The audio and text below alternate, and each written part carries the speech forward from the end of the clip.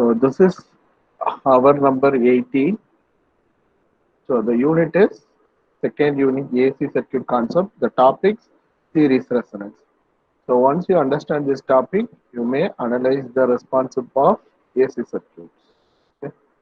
So what is series resonance? So resonance is a very important phenomenon, which is very useful in the area of communications. So for example, if you take radio receiver, it is select to operate in a certain frequency.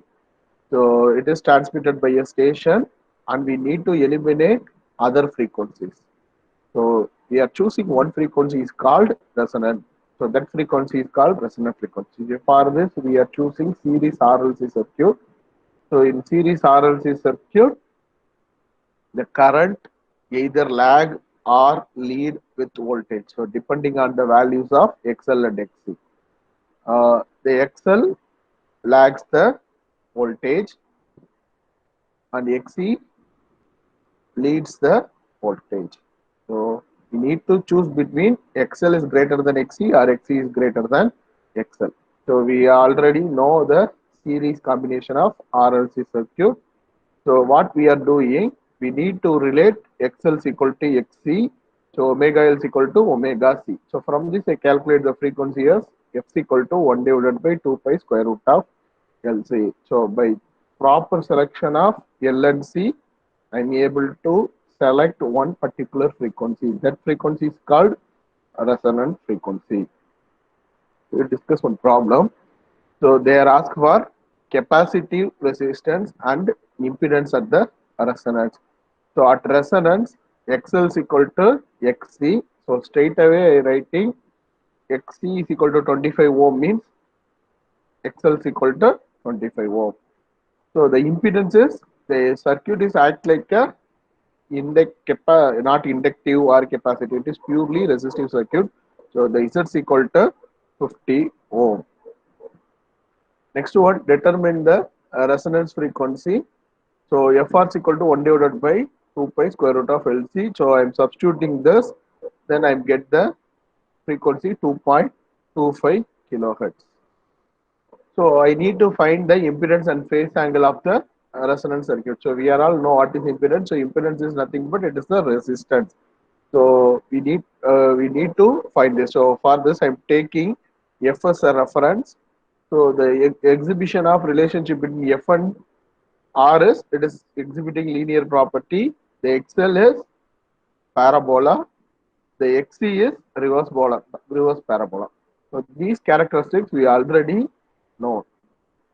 So next one, we need to calculate the relationship between our frequency and phase angle. So frequency we are all know it vary from 0 to FR. So it whenever it leads, then it acts like a capacitive. Whenever it lags, then it acts like a inductive circuit.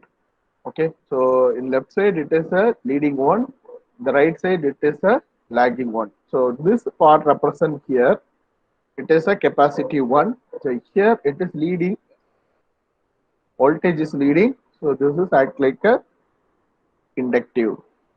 So again is discuss one problem.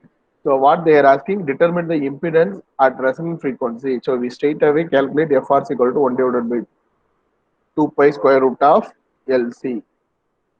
So here what we are doing is, so the FR value is 159.2 hertz. We need to find the two frequencies. So the two frequency is, it is less than 10 hertz or above 10 hertz. So we simply adding plus 10 hertz and minus 10 hertz. So before 10 hertz it act like a capacitive. So above 10 hertz it act like a inductive. So the series resonance circuit of the problem is equal to 10 ohm. So from this you can easily calculate the capacitive reactance. So that capacitive reactance frequency is 169.2. Why 116.2? Because we derived from here. For inductive it is 149.2. Okay, so from this I calculate two different capacitive reactances. So for inductive reactance, again I am choosing these two frequencies. So from this I am calculating the range of reactances. So again, by using four combinations, so XL has two value for two different frequencies. XC has two value and it forms two frequencies. So by combining this, so by combination, so we get two different frequencies. So XC is greater than XL, then it acts like a capacitive. Then XL is greater than XC, then it acts like a inductive. So we are applying like this, we get these two ranges. So next one, voltage and current of the series resonance circuit. So it's a very simple. V is equal to IR. So V is equal to IR. So V is inversely proportional to Z, but V is proportional to I. So it is similar like your voltage frequency relationship. So once we are changing the frequency, it becomes capacitive and it starts inductive. So the relationship between I and Z is reverse with respect to V. Then it is a reverse characteristics of I.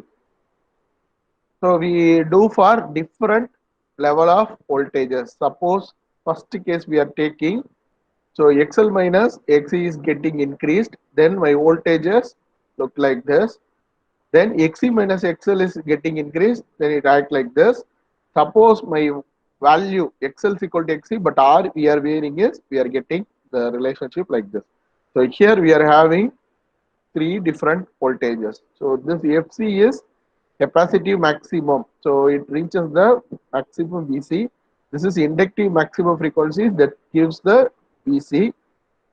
This resonant frequency where there is no effect of impedance and capacitance. So that is the VR. So that is the supply frequency. So we get three different frequencies and three different voltages. So from this, we need to find the maximum voltage across the zero. What we are taking, we need with respect to dW. So dW is nothing but angular frequency. So I am just deriving the differentiate the above this equation with respect to d omega. Then I equate to zero. Then I am getting that inductive voltage, so which we already know. Theoretically, we all know. So the same way we calculate for VC and again we differentiate with d omega, we are getting the FC value. Okay, so we theoretically derive, now we also verified mathematically. So the problem is again using the derived FL and FC value, we can easily calculate the 72.08, 71.08. So definitely this resonant frequency is between these 2 points. So it is between 71.08 to 72.08. Next one, bandwidth. So bandwidth of any system is some set of frequencies where the output signal is 70%. 70% is nothing but 1 by root 2. Okay, in percentage, 1 by root 2 is 0.707. We take the percentage, so that is 17.7. So this experiment we will do in the lab. So we need to find the root 1 by root 2. So we are getting the inductive value and the capacity value and the resonant frequency value. So that is the bandwidth, the difference between FL minus FC or F2 minus F1. So what we are doing, we simply equate to R. Here we not to 0, we are simplify with respect to R. Then I am getting two different frequencies, omega 1 and omega 2. So that omega 1 omega are called bandwidth, or that difference is bandwidth F2 minus F1. Okay, so that limit, this is the lower limit or capacitive limit. This is upper limit or inductive limit. So from this we can calculate the Q factor. Q factor is quality factor. It measures the quality of the coil. So the quality of the coil is nothing but the inductor used in the RLC circuit. So by substituting this, we get 2 pi FR L by R. So those frequencies are called half power frequencies. So they are delivering half power. Why it is delivering half power? Because 1 by root 2 into 1 by root 2, 1 by 2. Okay. So this is 0.07. into 0.07. So we are multiplying 0.707 into 0.707. We are getting 0.5. So that's why it's called as half power frequency. So next to one, the resonant power frequency. So I'm substituting in the I squared R value. So I'm taking the square root. So this is in terms of only current. So square root of square is, so square root and square root getting cancelled. I'm getting the value 2. Okay. So this will draw the selectivity curve. So selectivity curve is, yeah, this is the selectivity curve. So by choosing the proper frequencies, we can able to choose the bandwidth.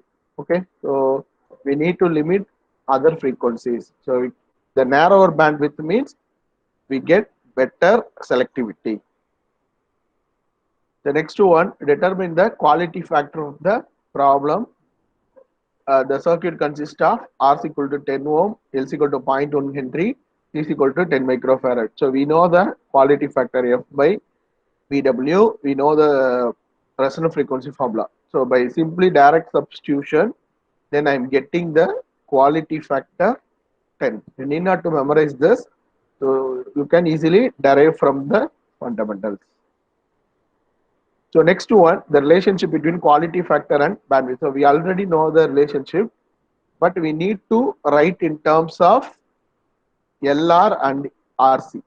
Okay, so that value is, we need to relate these two equations. So Q is equal to omega L by 2, so which is derived from the Li square. The same way, the energy stored in the capacitor is half CV square. So again, I substitute here. So I'm getting 1 divided by omega CR. So both are giving the same value. The lower value of Q causes large value of bandwidth, but normally we are preferring high value of quality factor and we prefer smaller bandwidth. So the problem with, so again they are giving the voltage, resistance and C. So here they are giving with the internal resistance. So we need to add these two. Then I'm getting the frequency, resonant frequency is 7.12 Hz. So the quality factor, we have two formula. So either you use XL by R or 1 divided by XCR. So both will give the same solution. So from this we are getting quality factor is 2.24. So the bandwidth is F divided by Q. I'm getting 3.178 Hz. The magnification in resonance. So we need to find the proper value. So that proper value is called magnification. So magnification is nothing but, that is the ratio. So magnification is equal to Q divided by VL by V, or it is the ratio of VC by V.